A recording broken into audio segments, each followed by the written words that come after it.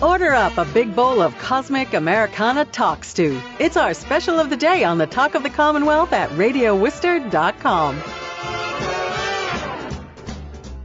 Time now for us to check in with the Better Business Bureau of Essential New England. Alex Guardiola is here, of course, with us. And today, Alex, you brought in the heavy hitters today. We've got James Glickman, Michael Jacobs from Glickman Kovago and Jacobs, a familiar name here in the area and great partners of the Better Business Bureau. Excited to have him on the radio with us today. Obviously, kind of our mission is to highlight and promote some of our great accredited businesses. And Glickman Kovago is just one of those name brands that everybody knows around the Worcester area. If you talk about any kind of brokerage needs, they've been a big time business here in Worcester area for a long time. So we're excited to have them here. James, let me just begin with you then. If you can give us a little bit of an overview of Glickman Kovago and Jacobs and what you do here, and then we'll get into a little bit of the commercial real estate market in the city. Sure. Well, Mike, why don't I let you kind of take over that first question? Gentlemen, thanks for having us. Appreciate it very much. So my name is Mike Jacobs. This is my partner, Jim Glickman. He's the founder of NAI Glickman Kovago Jacobs. We've been around 35 years.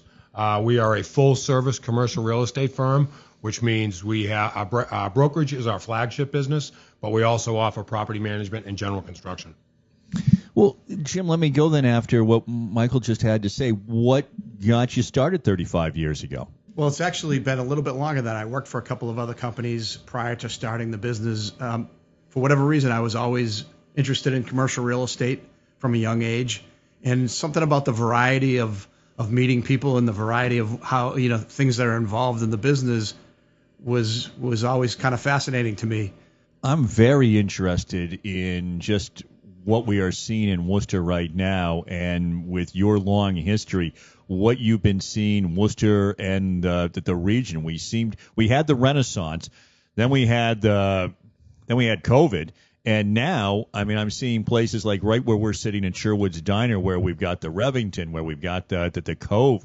What's your take on what's happening? And Michael, get ready because I'm going to ask you the exact same thing. What's kind of your take, Jim, on what's happening? It's really been amazing, being at this almost 40 years to see maybe the first 25 or so of Worcester sort of, inching along, doing fine, but then this rocket ship being added to the city and seeing, seeing all of the development, not only from players inside the community, but finally the acceptance of, more national, regional and national players and institutional players realizing that this is a place that they want to be, and people are succeeding. Yeah, Michael, what are you seeing? So I've only been here about 24 years, so I'm not a true Worcester. New kid, just beginning. But the evolution has been incredible. For probably the first, say, 12 to 15 years, I learned real fast where Worcester was on the pecking order, whether it's in the national retail sector or the institutional sectors out of Boston and New York, and everybody was always very respectful. If I'd go to one of the national retail shows, and I'd submit sites, and they're like, "Yeah, you're from Worcester. We'll get around to you." And now, over the last 5 to 7 years, it's completely spun in the other direction. Alex, this conversation's right in your wheelhouse. Yeah, of course. Obviously, I've been here all my life, and I've seen the difference from the transformation from even the early 90s. We talk about it in the past. When we had the mall downtown, right? You had the gallery, you had and. The little changes that have kind of made us get through that beginning stage has now transformed, as Jim mentioned, to an outrageous development scheme, right? You have Canal District. I remember the Canal District before it was the Canal District. There was nobody coming down here. Obviously, the addition of Polar Park and all the commercial buildings that are coming up around it now.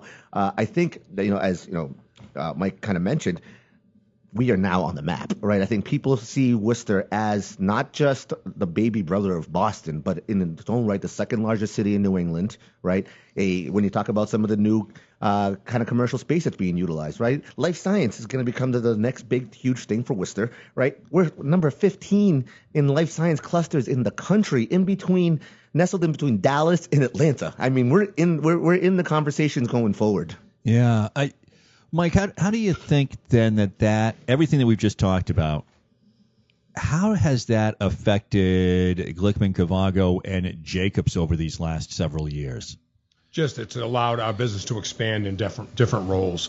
Back 10 years ago, most of us were generalists. A couple of us had expertise. Like I spend a lot of time in the retail sector. We have like an investment sector, multifamily sector.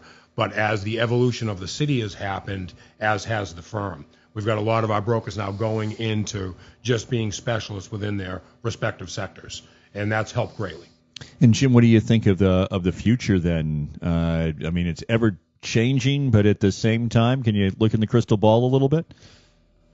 Yeah, I think for Worcester in particular, the opportunities are all positive, particularly as things continue to move out from the east. We're seeing more and more development, more and more people, because of maybe the competitive nature of business in Boston. People are looking for more good opportunities, and Worcester is kind of right in the target zone. And Hank, one other thing to add to that, a byproduct of all this commercial development is that, Worcester's now on the map of being a great place to live. They've actually been making a lot of these studies and they've been ranked high. And, that didn't exist 20 years ago. Do you work mostly with other businesses, or do you work with individuals, or it's a mix? Our business is a mix, but it's all business related. It's all, we don't do any residential real estate at all. And, it's really suited our personalities and the business lines that we've gotten into. Michael, why do you think Glickman, Kovago, and Jacobs, is there something that really sets you guys apart from the others who are out there? It's probably the impact of our three lines of business that we had mentioned: brokerage, management, and construction. One thing that people don't realize is that a lot of our relationships have spanned decades. So a lot of our clients have been with us forever. And then most prominently, the NAI network. Jim and I decided, I think it was 7 or 8 years ago, to join a national brand, to be able to get ourselves to be able to do business outside of Massachusetts. And it's worked incredibly. Right now, I'd say today, we're probably doing deals in 5 different states and Montreal.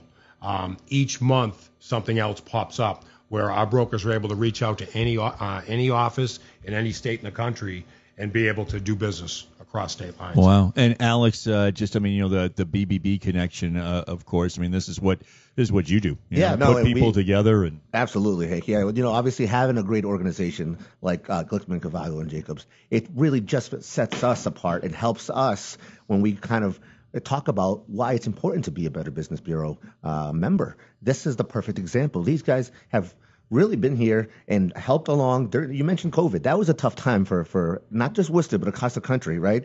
And the way that people came back to the office changed, right? And then they evolved. They moved along with it and became creative. The retail space has become such an important part, the walkability, the area that has, something to do. And having an employee or as an employer, having employees have something to do is so important. And that retail space is so important for the future of, commercial property. And I think it's just been, again, a feather in the cap for Glickman, Kovago, and Jacobs that they have been here all along and are expanding when others are closing.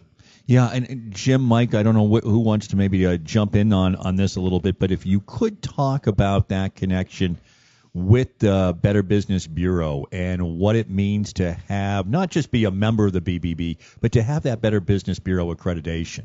I think it's the fact that we're very similar in our values and our missions. Our focus, our reputation is paramount to us, and we focus on transparency, ethical business practice, and true quality service. And I think that's part of what the accreditation is. We actually helped the Better Business Bureau find new office space several years back, which was a great experience for us. I didn't really didn't know much about the mission and the quality organization that it was. And, the more that we worked through the process of finding office space, we said, look, this is a great organization. We've got to be affiliated with it. We have very like-minded ideas about long-term longevity in the community and providing a good, honest service, something that people can really count on.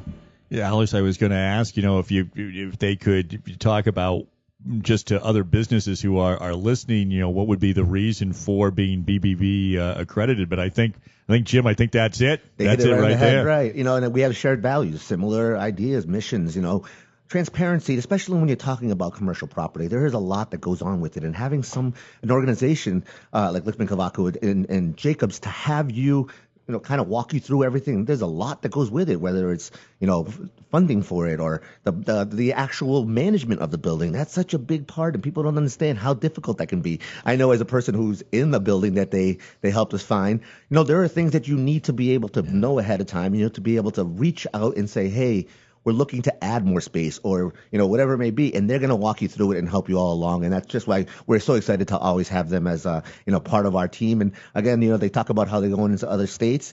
They're accredited. And for those that don't know, once you get accredited with us at the Better Business Bureau of Central New England, you're also accredited across the country and in Canada. So it's just that unique way of being able to work with each other and help each other kind of grow as organizations. Terrific. Guys, before we let you go today, just anything else that you want people to know about the business, anything unique about your business that you just might want to share with us? I think we're in growth mode. That's the one thing we definitely want to share through all three divisions. So we're really out recruiting and trying to build our opportunities. Boy, yeah, congratulations on that.